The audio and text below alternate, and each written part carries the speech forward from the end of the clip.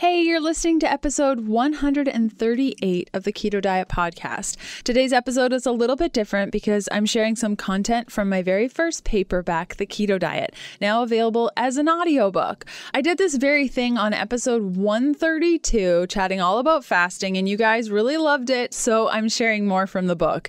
Today's topics include 4 ways to track your macros, macro tracking apps, alternatives to tracking that'll keep you on track, and the difference between total and net carbs. If you have questions about today's content, you can go to healthfulpursuit.com/contact and ask me. Okay, so on today's episode, I'm going to be reading from my book, The Keto Diet. That's my first paperback. And when we first set out to record the book, I wanted to be the one to do the audio recording for the audiobook. Now, this was around the same time that I was relaunching Happy Keto Body, just starting the writing process for my second and third paperback books, and trying to finalize all the insurance details for moving on to a sailboat full time. I was also recording episodes of the podcast, creating blog post content, and just being a human on planet Earth. So you could say that I bit off a little bit more than I could chew. So I ended up finding someone awesome to record the audiobook for me. I kept the few first chapters that I recorded. So that's what you'll hear today. Me reading the Keto Diet paperback. But if you pick up a copy of the real audiobook on Amazon or Audible, just type in The Keto Diet Leanne Vogel to find it. You'll hear a different voice, but today it's all me. If you want the podcast extra and transcript, including all the links referenced in today's episode, you can go to healthfulpursuit.com/podcast/E13. I have no announcements today, but if you want to help more people find this show, you can go to healthfulpursuit.com/review. Just leave your honest review with a star rating and boom, that's it. Recording this podcast is one of my most favorite things ever. And I'm so thankful for everyone who tunes in and supports the show on a weekly basis. So you guys are just amazing. Okay, let's do this thing.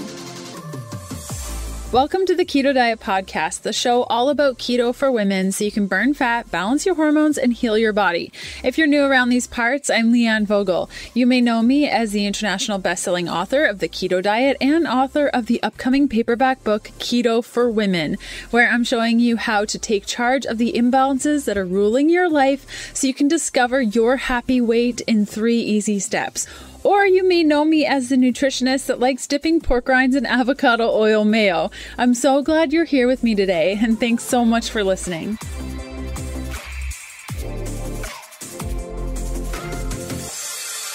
If you're listening to today's episode and you're like, dang, I want this audiobook, head on over to Amazon or Audible and search for Leanne Vogel, The Keto Diet, and you will find it. Okay, let's cut over to a snippet of the audio recording from the Keto Diet audiobook. 4 ways to track your macros. Personally, I'm not overly concerned about counting macros. I did it for a long time and it made me crazy, like literally crazy. It was too easy to become obsessed with tracking my foods and counting calories. Now I choose not to, and I still do quite well with keto. And dare I say it, most of us would be better off without all the tracking tools we've become accustomed to. But everyone is different and needs different things. So I'm going to introduce you to 4 strategies or options you could use to make sure you're getting the right amount of fat, protein, and carbs, whether you want to track macros or not. The key is finding a strategy that feels good to you. Option number 1, track your intake meal to meal. Tracking your intake the old-fashioned way can be beneficial when you're starting out on keto, especially so that you can keep track of your carbohydrates. If you've never been conscious of your carbohydrate intake, understanding the carbohydrate content of foods can take some getting used to. It's also the best way to really know all the details about the macros and calories you're consuming, which is particularly helpful if you find that you need to make some adjustments.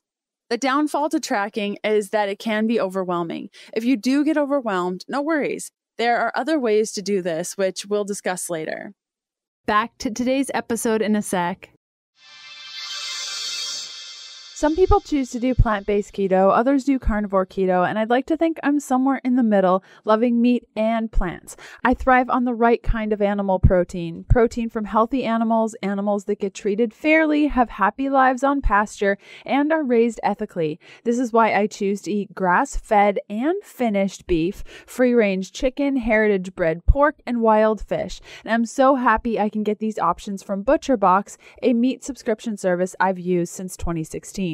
Listeners of the show get $20 off plus free ground beef for life. What does this mean? Well, if you head on over to butcherbox.com/keto diet and sign up as a new member, you'll receive 2 pounds of ground beef in every order for the life of your subscription. This offer is only valid for the month of March 2019. So you can go to butcherbox.com/keto diet to get $20 off your first order plus free ground beef for life. Okay, back to today's episode. The important thing to remember about this method is that you have to know the calories, fat grams, protein grams, and carb grams in everything you eat. That spoonful of almond butter you ate, you need to know how many grams of fat, protein, and carbs it contained, as well as how many calories, and you need to factor those numbers into your daily allotment for each macronutrient. So if you're aiming for 33 grams of carbs per day, after the almond butter at around 3 grams of carbs, assuming it was the first thing you ate today, you're down to 30 grams of carbs for the rest of the day, and so on with the remaining macros.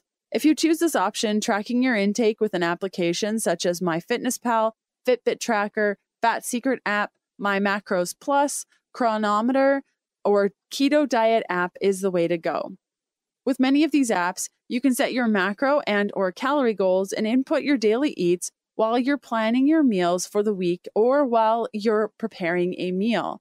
Many app-based solutions come complete with verified nutrition data for foods, so when you input a food for a particular day, it will instantly update your daily macro and calorie needs. You can also manually add recipes of your own, inputting nutrition information per serving, or develop the recipes and the corresponding nutrition information right there in the app.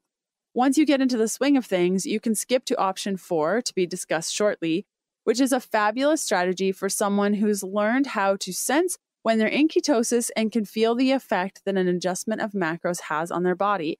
After eating this way for about 30 days, you should be in a place to trust your body and be able to skip to option 4. Option number 2, delayed tracking. Similar to option number 1, but better if you don't want to track each morsel of food that enters your mouth, but still want to see if you're hitting your macro targets daily. Eat high fat, low carb as best you can for 5 days and write down everything you eat. After 5 days, enter what you ate meal by meal in a calorie tracking app that calculates daily macro percentages from those meals. After entering all the foods, you'll be able to see where you've landed on your macros. This will help you understand where your macro faults are without the risk of obsessing about intake, tracking, and adherence to your diet. Once you get in the swing of things with delayed tracking, you can skip to option 4, which offers some of the same benefits without requiring you to write down everything you eat. Believe that your body knows what's best for you and trust the process. Back to today's episode in a sec. Today's episode is sponsored by Perfect Keto. Perfect Keto creates the ultimate products for making the keto lifestyle easier and more effective. All of their products are dairy-free, made in the USA, gluten-free, doctor-approved, and use 0 fillers. From exogenous ketones to boost your ketone levels for mental clarity, keto bars for a quality fat snack, MCT oil powder for making your coffee fatty and creamy without the dairy, and so much more.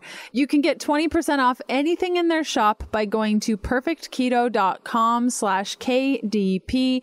Use the coupon code KDP for your 20% off anything your heart desires. If you're unsure of the link, simply check out today's show notes for all the details. Okay, back to today's episode. Option number 3, follow a meal plan. Instead of following macro guidelines without question and worrying about hitting them every day, I encourage you to try out the meal plans, assess your hunger on a daily basis, and roll with it. You don't have to calculate everything. There are different plans for each fat fuel profile with all the work done for you. A huge benefit here, aside from not having to worry about figuring out what to eat and calculating macros, is that you can eat or not as you feel like it. Whether you enjoy the planned meal, delay it, or skip it entirely depends on whether you are hungry. This removes some of the anxiety that can be experienced when tracking. You have the flexibility to eat or not without worrying about whether you're hitting your day's macros.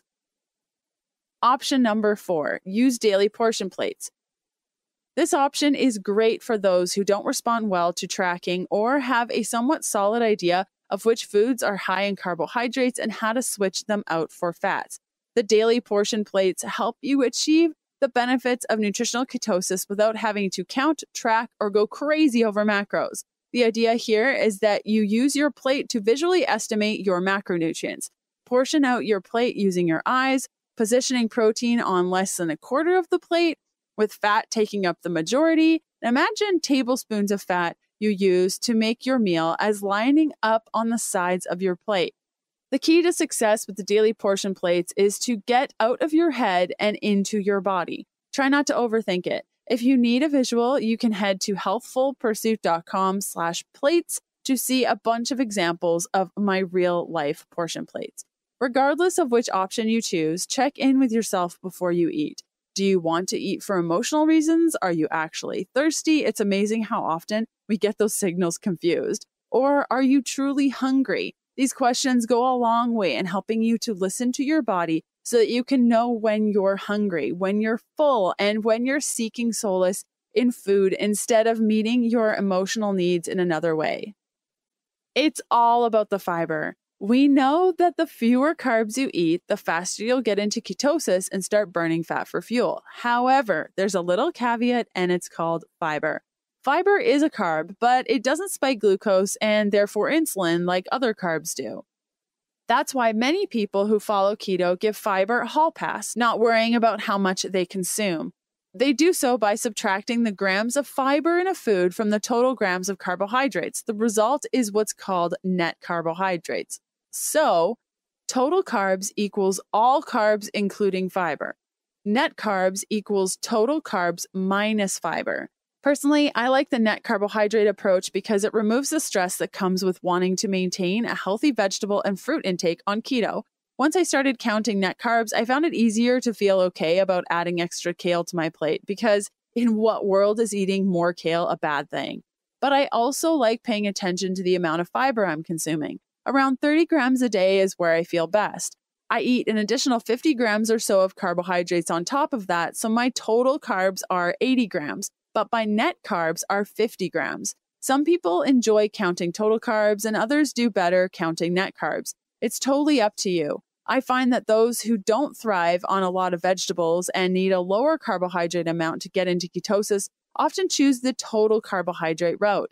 And those who love vegetables and can get into ketosis with higher carbohydrate amounts often choose to count net carbohydrates. If you're having issues with the net carbohydrate approach, try removing low-carb dieting products.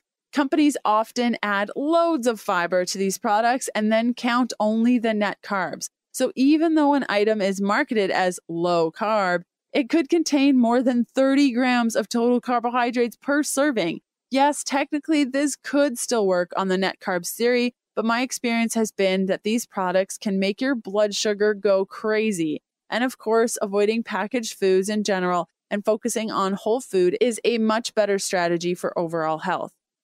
If you're already eating keto but haven't been focusing on whole food, on the fat-fueled approach, you may notice that you're eating more total carbs than you're used to. In many cases, this is because you are increasing your fiber by eating whole foods, adding to your total carbohydrate amount. And this is okay. Adding fiber to your daily eats doesn't spike insulin, adds bulk to your stool, aids in digestive health in most cases, and assists with the delicate balance and maintenance of your gut microbiome. However, the added fiber may kick some individuals out of ketosis, at least temporarily. And you may be one of them. If you are, start counting total carbohydrates, and you should be right as rain in a couple of days. Or simply avoid recipes that are loaded with flax seeds or chia seeds, and that should help calm things down. If you've hit a weight loss or ketosis plateau and you've tried different fat fuel profiles, count your total and net carbs and see what the numbers tell you. You may find that you're choosing foods that are really low in fiber, yet consuming too many total carbohydrates, which is throwing off your carbohydrate intake so you can't get into ketosis. If this is the case, the best approach I've found is upping your intake of fiber-rich vegetables to balance things out. Thanks so much for listening. Again, you can find the audiobook by searching The Keto Diet, Leanne Vogel on Amazon or Audible, and I will see you guys in a couple days. Bye!